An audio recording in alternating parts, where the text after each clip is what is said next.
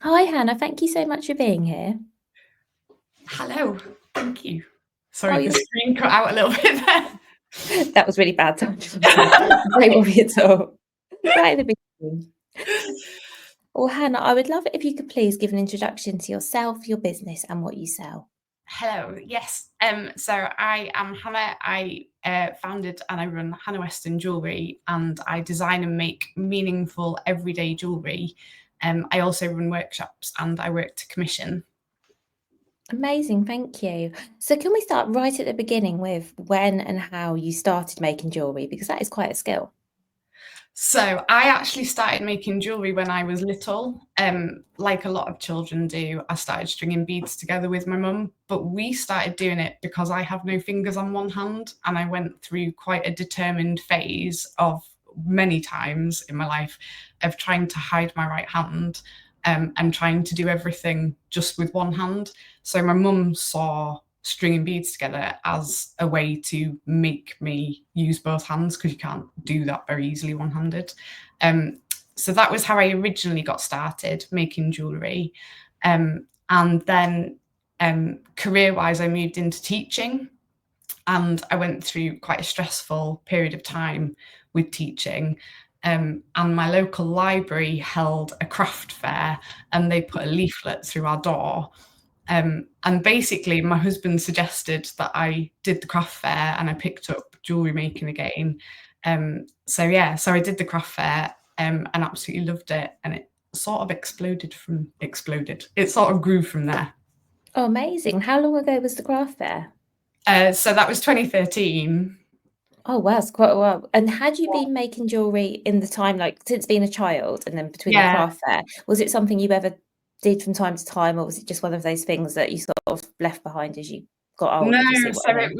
it was basically I sort of picked it up and put it down continually throughout my life. I'm very crafty, so like I sew and I can knit, and I like embroidering things and making cards. But jewellery making was the thing that I always came back to. And there was an amazing little bead shop called Craft Basics in York, that I had to pass on my way home if I walked home from town. And so I used to pop in there and top up with beads. And yeah, so it's sort of I picked it up and put it down a lot. And then in 2013, sort of really picked it back up and went with it. And when you picked it back up in 2013, was it still more of a hobby at that point? Oh, 100%. Yeah, definitely. It was a hobby. I mean, with the craft fair, like I think I spent like £100 on supplies, and I doubled that money. But it was still very like that was my first selling event, and I mainly sold to people I knew because I told those people I was going to be there and they came to see me. So I was selling bits and pieces to family and friends, but it was still very much just a hobby. Well, I guess you were still teaching at that point as well, weren't you? So it Yeah, was and always gonna full be time at something. that point. Yeah. Yeah, yeah, yeah. So how did it change from being a hobby to a business? And I know that won't have happened overnight, but can you talk us through sort of the story of how that happened? Yeah, so basically, um, I did the craft fair, and then I got to thinking one day, and I kind of judge me for not thinking this sooner in my life, but I got to thinking about like how jewelry was made, like where it came from. Could you buy silver before it was made into jewelry? So I bought a book. I started doing a bit of research. I found a supplier. I bought a couple of tools, and I set up at my kitchen worktop.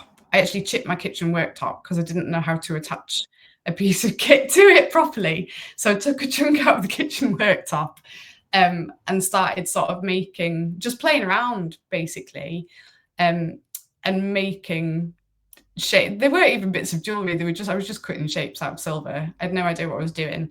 Um, and then I went to a Kings of Leon gig with a friend, and she brought one of her friends, and we got chatting about jewelry making, and she put me in touch with a lady who I could do lessons with. So I started having lessons, and I would go at the end of every term and do a whole day and like learn loads of skills. It was like a whole day intensive. And then I had my first child, um, and one of my colleagues, I was on maternity leave, one of my colleagues tagged me, and I'm a bit embarrassed to say this, but one of my colleagues tagged me in a Facebook challenge that was post a piece of artwork that you've made every day for 7 days. And on the 7th day, I posted a picture of a rose quartz necklace, and one of her friends got in touch with me and asked if it was for sale. And I was sort of like, I hadn't really thought about it. And she messaged me and said, well, think about it, because I'd really like to buy it. And she did end up buying it as a gift for somebody. And that was the first time I'd sold something to someone I didn't know. And I was suddenly like, oh, I wonder whether other people that I don't know might like to buy things that I've made. So while I was on maternity leave, I basically, during the times, because my first child was really good at sleeping, but didn't sleep in the house. She would only ever sleep in the car or a pram. So I spent hours and hours sitting in the car, and I basically started like reading blogs and watching YouTube videos about how to start a business and how to open an Etsy shop and get started on socials. And that was when it became more of a side hustle. So yeah, I opened the Etsy shop, started selling to people that I didn't know, and it grew from there. Oh, that's amazing. Well, thank you for sharing all of that. And I think it's really, I don't think you should be embarrassed about that, you know, the challenge and the fact that somebody brought something. I think that's amazing. And that's obviously a sign, isn't it? I think that's such a sign, though, that you were on the, you know, because you made something that somebody wanted. So that must have been really nice, like validation for you that, oh, actually, I could, because before then you said you would just make people, you just making things for friends and family. Yeah. Were you making things for people or were you, if you see what I mean, were you making things with people in mind? That's a really good question. So I made bits and pieces, but then because at the time that I started, I also started a Facebook page just to kind of document what I was doing. And so like friends would send me messages and say, like, I need a Secret Santa gift. I've got this, like, this is my budget. Can you make me something? So I'd make them something. And I made stuff for like friends and family for gifts. So everyone got bracelets and necklaces. So I think that that was the first time that somebody outside just my friends and family circle had kind of seen what I was doing, I guess. Yeah, because it sounds like before you were making things with someone or a purpose in mind. So you sort of knew that So someone would have it. Yeah, they were sort of commissions, the early days of my commission work. Because it's a lot scarier, isn't it, to sell something and not know if somebody would want to buy it. That's the real shift, isn't it? Yeah, definitely. Yeah. So that must have been really scary. But I think it's amazing that you took the leap to do it. And so you started off, you said, on Etsy. So how did you find having an Etsy store? Was that quite a big learning curve or? It was a huge learning curve. I feel like at the time, I haven't been on Etsy for a really long time. So I can't speak for now, but I feel like at the time there was a real dark art to it, to getting seen on Etsy. But I did make sales from it, but I couldn't tell you that they were strategic sales. I felt like people happened upon me somewhat accidentally. But yeah, so I'd started the Etsy shop, and I just read up loads on how to write good listings. I think I bought a couple of courses on Etsy SEO and how to lay out your product descriptions and good photography and stuff like that. And did you have your own website at that point, or was it mostly Facebook? Because you mentioned documenting what you were doing on Facebook. Yeah, so I'd post a picture on Facebook and say, but more articulately, here's something I made, it cost this much, DM if you'd like to buy it, and people did. And then just Etsy, I didn't have my own website at that point. So when did you make the shift? Because I know, I'm sorry to give everyone a spoiler alert, that you're not teaching anymore. So when did you make the shift from having your hobby first going from a hobby to a side hustle, and then going from a side hustle to doing this full time? When did that happen? So the way it kind of grew was that during term time, I would focus solely on teaching. And then during the holidays, I would focus on jewellery stuff. And I'd sell more and it'd grow and I'd get more Facebook followers.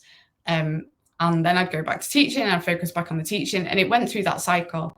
And then when I had my first child, I went back part-time. And because I was secondary, it's not so easy to give consistent hours across each year when you're part-time secondary. So first year I was 3 days, then I was like 2.5 days. And in the third year of being part-time, I was only 2 days, but I had 3.5 days childcare. So me and my husband had chatted, and I was like, do I give up the childcare? And one of those days was my mum, and then it meant dropping my youngest just to 1 day at nursery and thinking about how that would impact her. And this whole time, like, my husband's like nodding along, and then he went, or you could keep the childcare and spend 1.5 days every week on the business. And I was like, ooh, okay, I could do that. Is that allowed? So that was what we went with. And I started to spend more regular time on the business.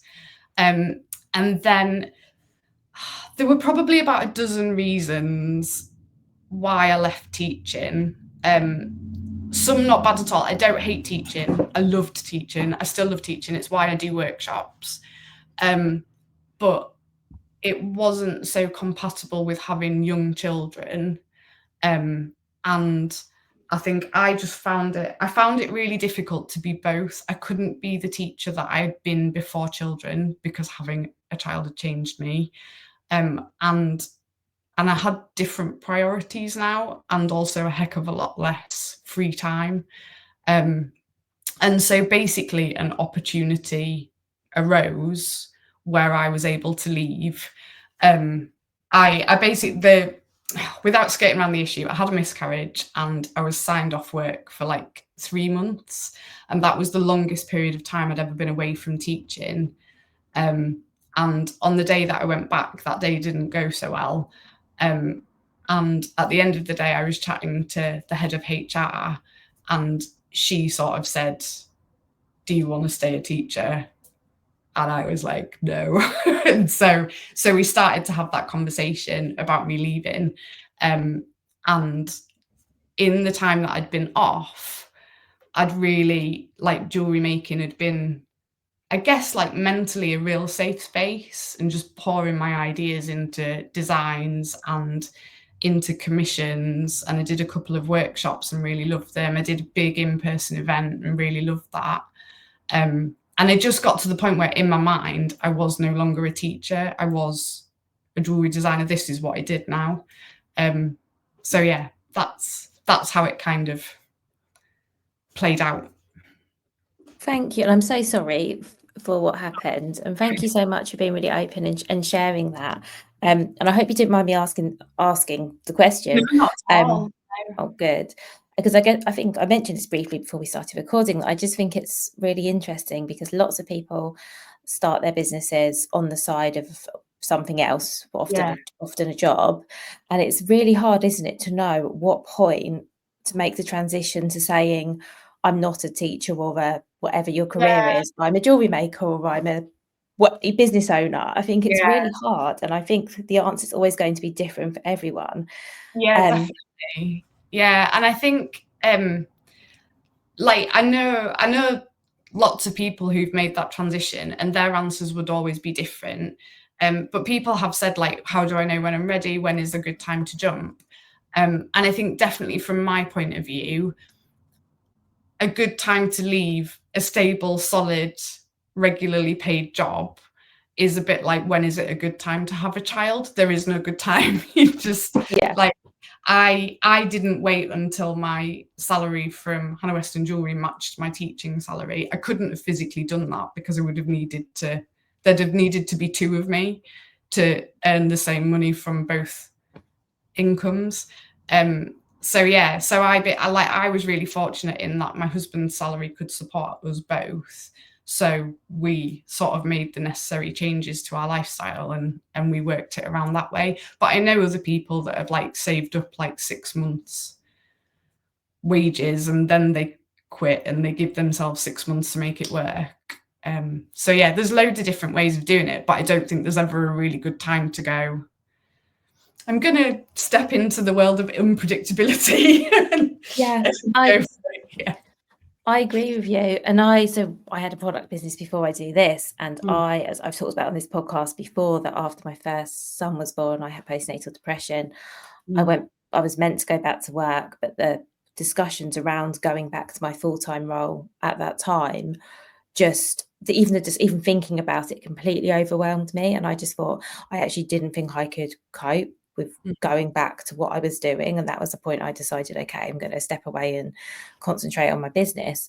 And I think that's the case for lots of people, that there's never a good time, but often there's something that makes you go, okay, it's sort of now or never. Yes, and I very much feel like, did I jump or was I pushed? And I don't mean like school pushed me out, but did I jump into this business or was I pushed into this business? And I honestly don't know. It's like, I can't tell. I feel similar, actually, Yeah. but on the other side of it, I feel like I'm pleased that I made the decision. Yeah. I think it was inevitable that I was never going to stay in I'm the the corporate same as role. you. It was inevitable. It was going to happen. Like my mum had been saying it for years before I actually did it. And every time she said, "Why don't you just do this?" And I was like, because that's a ridiculous thing to do. I hadn't yet put myself in that category, I think, in my mind. And yeah, in having that 3 months off teaching, I had unconsciously moved myself from one box into the other.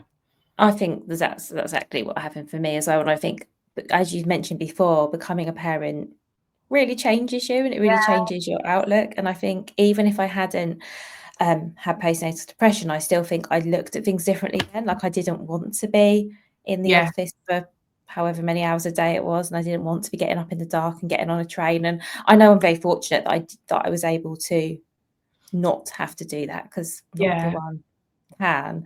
But yeah, I think life events can really change how your outlook on life and what you want. Yeah, definitely. I mean, so I had quite a traumatic birth with my first as well. So when I said there were lots of reasons why I gave up teaching, like that was a contributing factor as well. That like it had changed me to the point where just it wasn't that my heart wasn't in it, just it had really changed my perspective on things, and I found that really hard to marry with teaching. Yeah, that makes sense. And I think it's really interesting. Thank you for sharing your story, because I think, as you say, I get asked that sometimes as well, or when's a good time to step away Yeah, and focus on my business. And I think all I can say is that, as you said, there's no good time, but I think you sort of know when it's yeah. the right time. Yeah, I think and I've thought this with some of the decisions that I've made in the business since I started doing this full time. It's not that I could do it, it's that I couldn't not do it.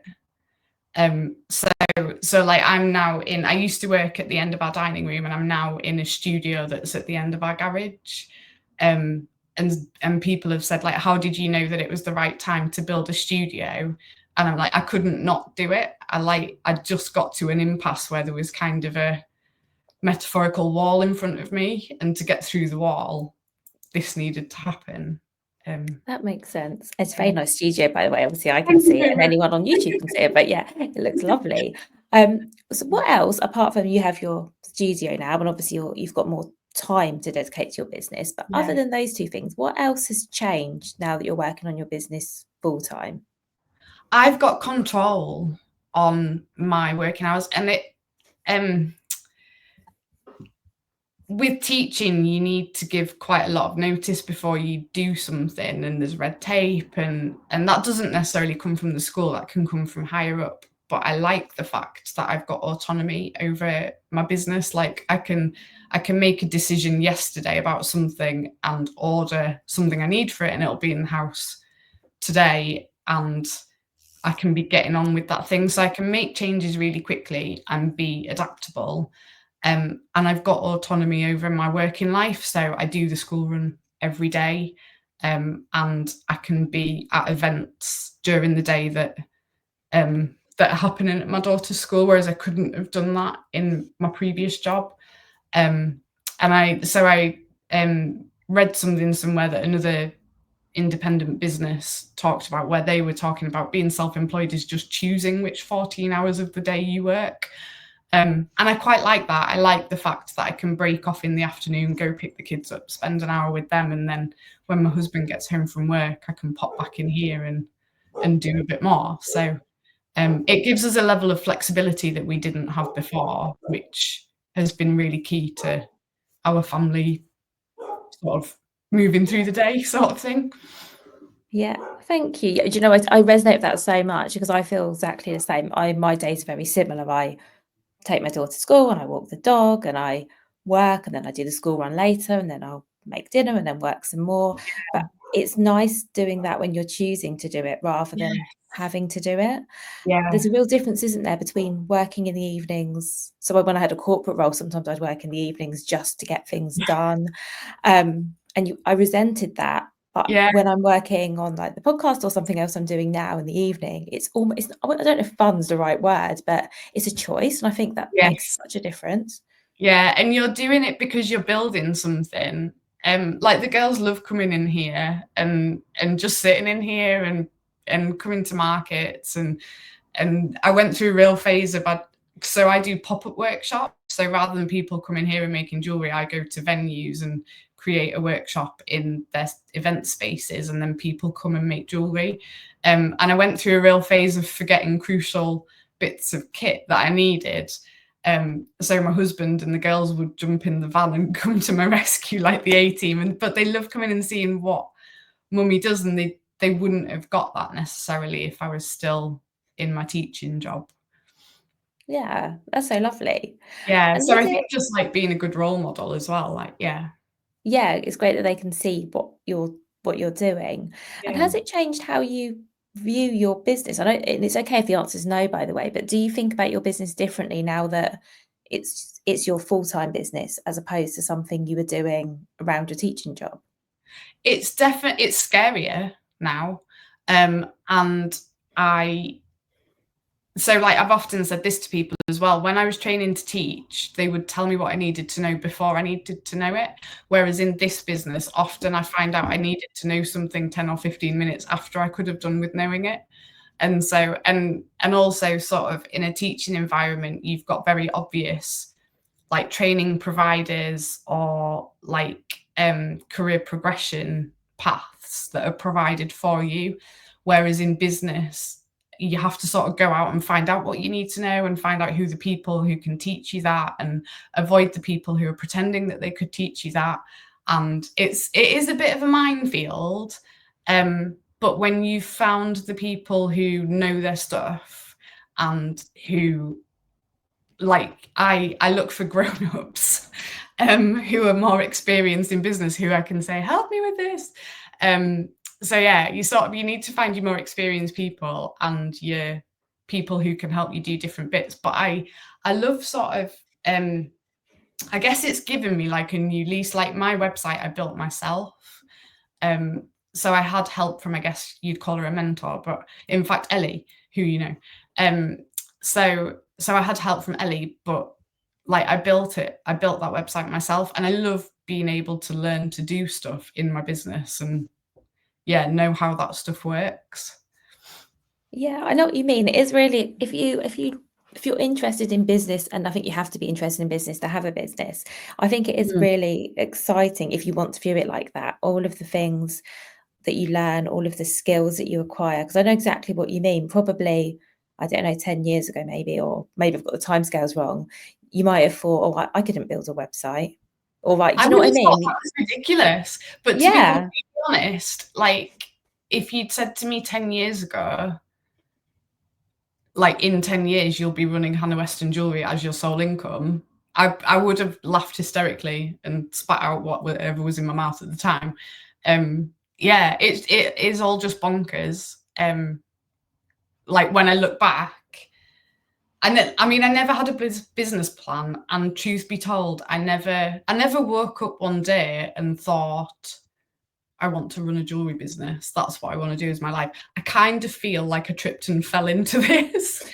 It's just kind of happened, but it's all been organic. It's all been me wittering on endlessly at people about what I do and finding people to work with and collaborate with so that you spread your message further. And yeah, it's insane really to think about it, I think. It is. I think it is, and I think it does sound like that your whole story's been really organic, you know, from start until now. It's kind Yeah, of it's not been something where you just woke up one morning and said, "Right, I'm gonna start Hannah Weston Jewellery and I'm gonna stop," like, that didn't happen in a there day. was no It just sort of strategy or plan. evolved. Like, somebody said to me about they were like, "Oh, I really need to write a business plan. What's your business plan?" And I was like, "Oh, I don't think I have one." And my husband since corrected me and gone, "Actually, we did make a business plan over a bottle of wine one night." And a lot of that business plan has actually come to fruition. I need to kind of update it and just bring it into the present day. But I think because I've made it up as I've gone along, because you have to, everyone's winging it. Like even the CEOs of massive companies, like they're winging the next stages of their journey to a certain degree, I think. You just have to keep going. Yeah. Well, so much changes, it's out of our control. Yeah. Like, whether it's like, I don't know, social media algorithms, or I don't know, different policies, or like marketplaces change their there's so much happening that we have to react to. So even if you're the most organized person, you've got processes and you know what you're doing, Yeah. there's so much that we can't control, like the economy or whatever it is. There's so much, isn't there, that we just cannot do anything about and we have to adapt to. Yeah, definitely. And at the end of the day, you are like, particularly when you're a product-based business, although I guess this applies to any business, you're asking people to part with their hard-earned cash for something that you've made. And that's a big deal. That's not to be taken for granted. So yeah, every sale is like, it never gets old, that sale pinging through, because people are trusting you with their money. Yeah, and I think you're right, and that's always really exciting. Definitely. If you don't mind me asking something else, it's slightly different, although we've sort of skirted around this a little bit, and feel free to sort of say if you don't want to talk about this, but I would love to know about why you decided to stop selling on Etsy and focus on your website. And this isn't because I think there's anything wrong with Etsy. I just think it's interesting because you know, lots of people go the other way, don't they? Start on a website and Yeah, then look to go on a marketplace. And there's no right or wrong here at all. I just thought yeah. it'd be really interesting to talk about why you decided to move from Etsy and what the impact of that's been either way, if you don't mind.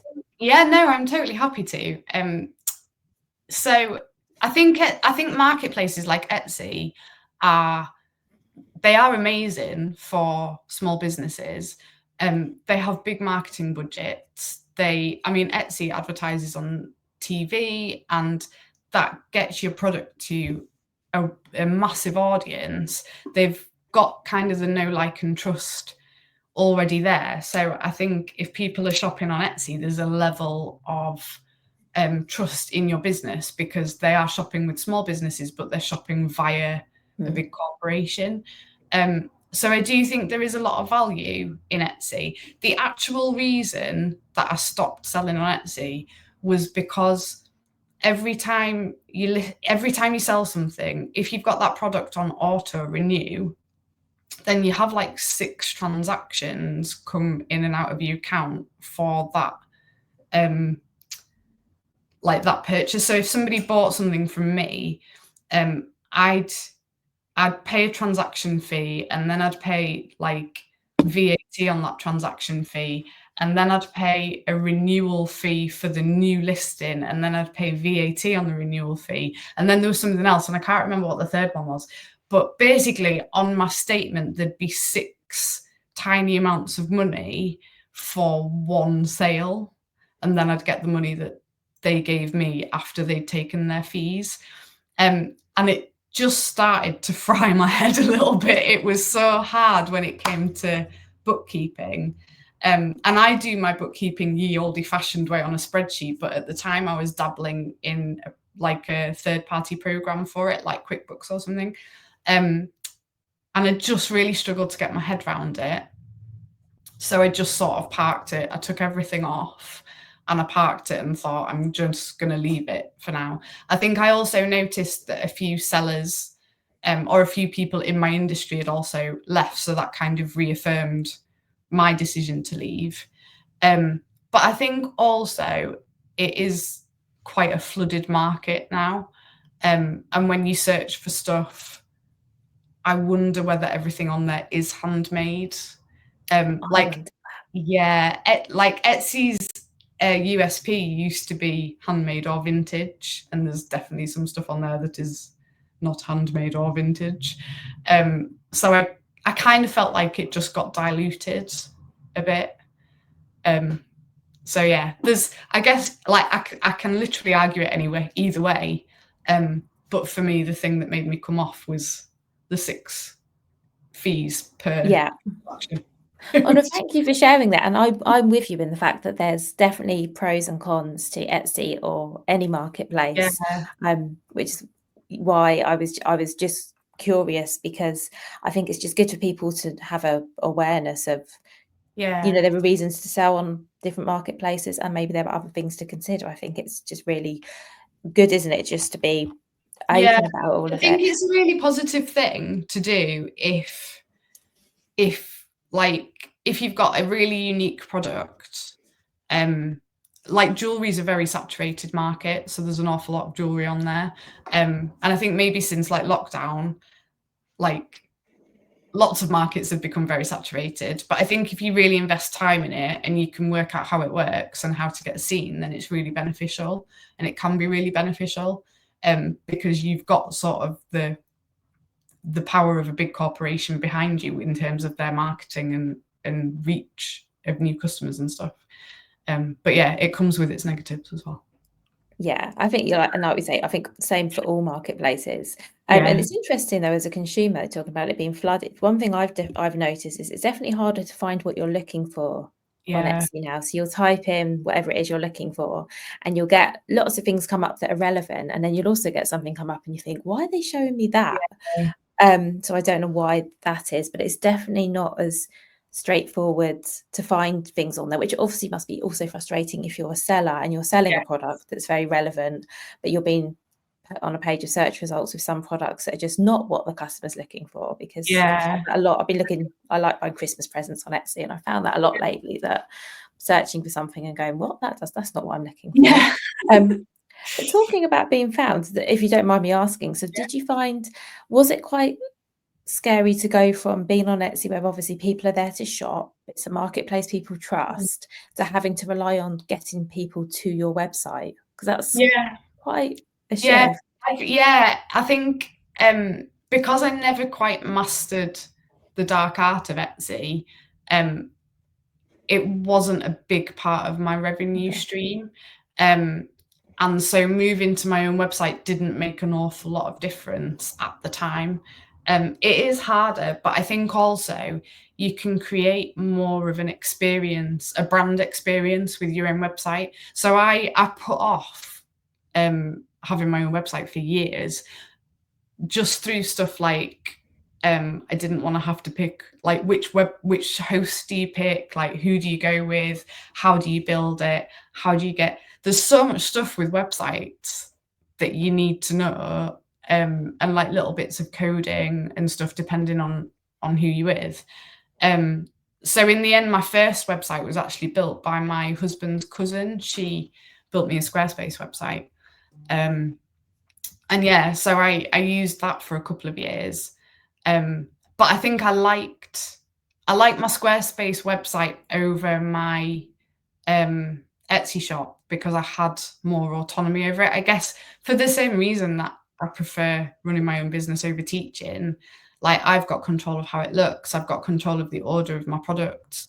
There's just a lot more autonomy over it. Yeah, that makes sense. Oh, thank you. I hope you don't mind me again. I hope you don't mind me asking that. It's just, I think it's, I think it is interesting because obviously a website is it's a different thing, isn't it? As you say, you've got so much control, but equally, I think for lots of us, getting people to our websites is always the it is hard, and you have to. It's a relentless thing as well. You have to continually be directing people to your website. You can't just go, right, I've done some marketing, that's ticked off for that year, I don't need to look at that again. It needs to be a daily, weekly thing that you're continuing to push and remind people that you're there and getting people to your website.